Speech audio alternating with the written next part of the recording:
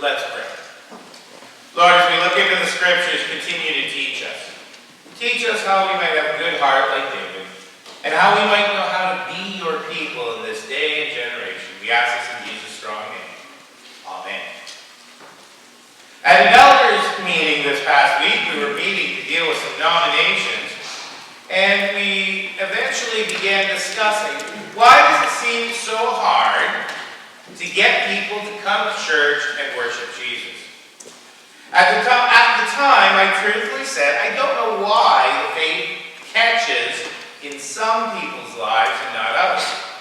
However, I think that the pattern today we're going to look at from the book of Judges and how it kind of fits with all of the scriptures that we've read today, I think will give us some wisdom on how to be God's people in this day and generation. So I want us to look at this pattern. Lyle, if you want to hit the slide. I forgot to have the slides. Okay, I'm going to explain to you this. Shoot. I was going to do that this morning and forgot. So, in Judges, the people of God are faithful. Pardon? Is it on the memory stick? I could just put it in and access. It's on my computer. It's in the other room. You have that on the other computer. Don't worry about it. Actually, if you want to go get my other computer, try looking it up. There'll be one slide you want. So, basically, the people are faithful to God, and then everything's going well. And when everything goes well, do we think, oh, it's going well. I'm good. Kind of like King David. David was defeating all of his enemies, and he could easily have thought, what a great and wonderful king I am. He could have. He didn't, thankfully. Instead, what David did was he took time to thank God. In fact, it says that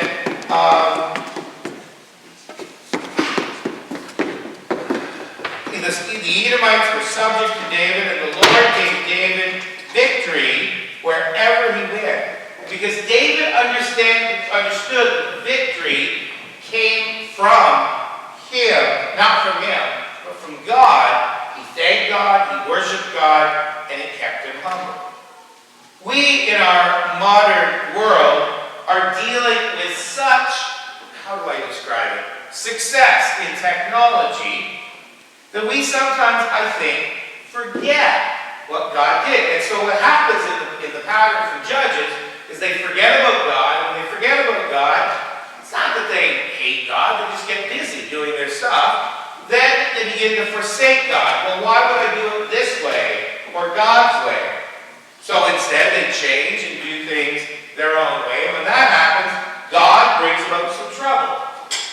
And their enemies start defeating them. And then when that happens, they begin to cry out to God. When they cry out to God, God brings a deliverer, a judge. It'll come out. Yeah, just go up to the slide. Just move it up and we'll figure it. You can click it. Then when the judge comes to deliver them, they are able to have some peace come. If you want to just hit that one and then hit quick play. Perfect. There we go. Make quick play. It'll make it even bigger. So you see the pattern. Now I want you to hold that pattern for a bit. It's on the right-hand side, Bob. On the bottom. So, as they were doing that, the way to avoid missing out, the way to avoid forgetting God is to thank God in our lessons. Now the interesting thing is, as we thank God, it's not our job to make everybody believe in God. In fact, in the Great Commission, it's described in Luke 24:48, you are to be witnesses of these things. Acts 1:8, when you receive power from the Holy Spirit, you're to be my witnesses in Jerusalem, Judea, Samaria, to the ends of the earth. Our goal is not to make people become Christians. Our goal is to tell stories of God, kind of like a witness. So a witness of something awesome doesn't mean we are the source of that awesome act. We're the storytellers, i.e. the Christmas story, right? The shepherds are out minding their own business. The angel of the Lord appears and says, the Messiah has been born in Jerusalem. They'll find him in a manger, wrapped in cloths, lying in a manger. So they go, they find it, and when they find it, they tell what the angel said about it. The story they're telling is not that these shepherds are so great, they just have a message. And so if we understand we're witnesses, that means it keeps us humble, but it tells us that our role is to point to God. And what if our role in a time when people keep forgetting the Lord is simply to be those people who remember the Lord, thank Him for His blessings, give Him praise for the things that He does. Now, as we continue through the pattern from forgetting the Lord, forsaking the Lord, God brings trouble, and He raises up a deliverer. And that seems to be part of what happens in history. I want to give you a quick history lesson.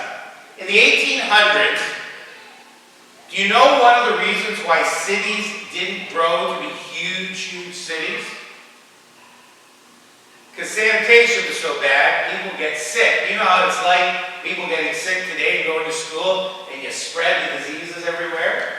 Well, in cities, people kept dying. One of the reasons cities didn't get big. Rome had like 1 million people in the ancient Rome. Why? Fresh water and sewers. It wasn't until in the 1800s that London, England reached a city that size. What happened? They discovered germ theories, which meant to water purification, and it was in the 1800s that underground sewers were built. And when that happened, cities became safer. Electricity, we got our first gas lights, and then electric lights were developed. With the technology of new medicines, people lived and lived well. And it led to an optimism at the end of the 1800s, beginning of the 20th century.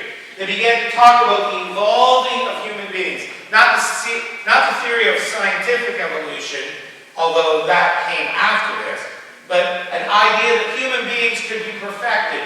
We could almost become like God. And there was a kind of arrogance that came along that we're going to make everything better.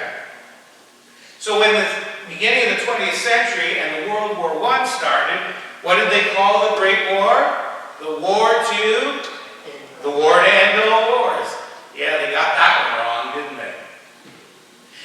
They optimistically thought that human beings were getting better and could just move on. Well, it didn't work.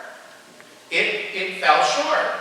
Because the technology, in fact, got ahead of the techniques, and, taking a bunch of cavalry and charging a machine gun nest was a bad idea. It ended up being a lot of death and a lot of messiness. People began to get disgruntled with that. In the middle of the First World War, the Soviet Union started to be formed with the Russian Revolution, where they decided they got rid of the czars and to make everything even. And they even took the kulaks farms from them and said, hey, you're not producing food that way. You got to give it to the collective farm. Well, I don't want to. This is my family's land. Doesn't matter. And if they didn't, they took it from them, sent them to Siberia. And what happened when they decided that the best and most effective farmers weren't allowed to farm anymore? They had starvation in the Soviet Union. Back in the 20s, they called them what's the phrase? The roaring 20s. Why? There's a lot of partying going on. My grandmother and grandfather lived in Detroit with Ford Motor Company, the invention of the assembly line. He didn't work for Ford, but he worked for a hardware store that sold all kinds of stuff to people who did work there. Things were great until he got a band of storm doors. The banding broke and fell on him. He was hurt with internal injuries, spent all their money and all their savings in doctor bills, and then had to go home because they were running out of money in 1929. Let's just say that when 1929 happened and the stock market crashed, they stayed at home farming. And what's interesting, in the 20s, with all the partying, with all the drugs and the alcohol, and yes, even in Prohibition, there was lots of alcohol flowing. What's interesting in that whole party scene, church attendance went down after the war. In until the Depression hit. When people realized they didn't know what to do. And we don't understand what it was like in the Depression. Canada wasn't quite as bad, but the United States, do you remember what percentage of unemployment was in the Great Depression? 25%.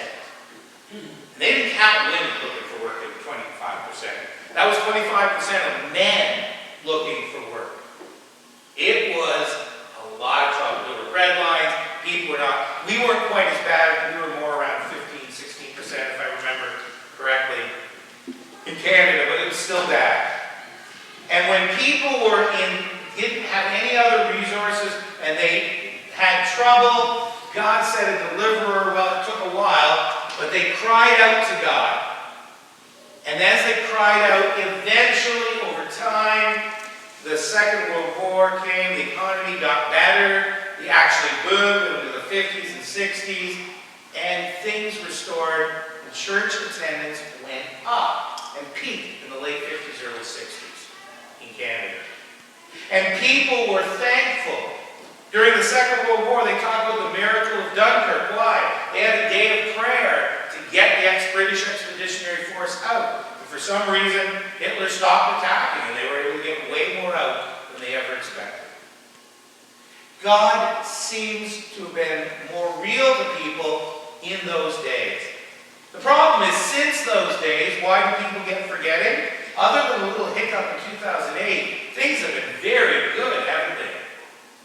I remember the 70s and 80s as people were starting to walk away a little bit from the church. Some of the older people went through the Depression, used to come up and say, you know what, these people, they're just kind of thinking they can get along with God. Just wait till the Depression comes. Then they'll learn. Well, we haven't had a Depression. But I do think that as people just get busy, they're not horrible people, they just forget. And so this is a pattern that's going on. And it's a lot. Do you want to hit either the slide before or after this one? Okay, how about after? Go the other direction. Nah, go the other direction. You're going, go up. And right there. This is a different picture. But how many people see a young woman? How many people see an older woman with a deformed nose? Yeah. The chin of the young woman looking away is there's the chin of the old woman looking down. Now go up to the chin of the young woman. There, that's the nose of the older woman. I point this out because as people of God, living in a time when people, I think, are forgetting, what if our roles can be the people who remind people of God's work? That we're going to see things other people don't. And it's tempting to get angry and say, you people are dummies. Why don't you see what I see? That's not helpful. The reality is some people just see things or don't see the things we see, especially if they've not had the scriptures and the Bible stories as real to them. So our goal is, as we try to help people see the alternative picture in there, so with the mouth, show the mouth of the older woman, Lyle. See, there's the mouth of the older woman, the chin down below. Well, if that's the neck of the young woman, and that go up, and that's actually her necklace, there's the chin of the young woman, and then the eye of the old woman is actually the ear of the young woman looking away. If we take time, metaphorically, like we explain how to see the two different pictures in this, we can have a role of telling other people, hey, Jesus is really here. And I think it's like Andrew and his brother Simon Peter. Andrew was a disciple of John the Baptist. John the Baptist said, hey, behold, the Lamb of God who takes away the sins of the world. And he talks about Jesus being the Messiah. So Andrew and another unnamed disciple of John start following Jesus.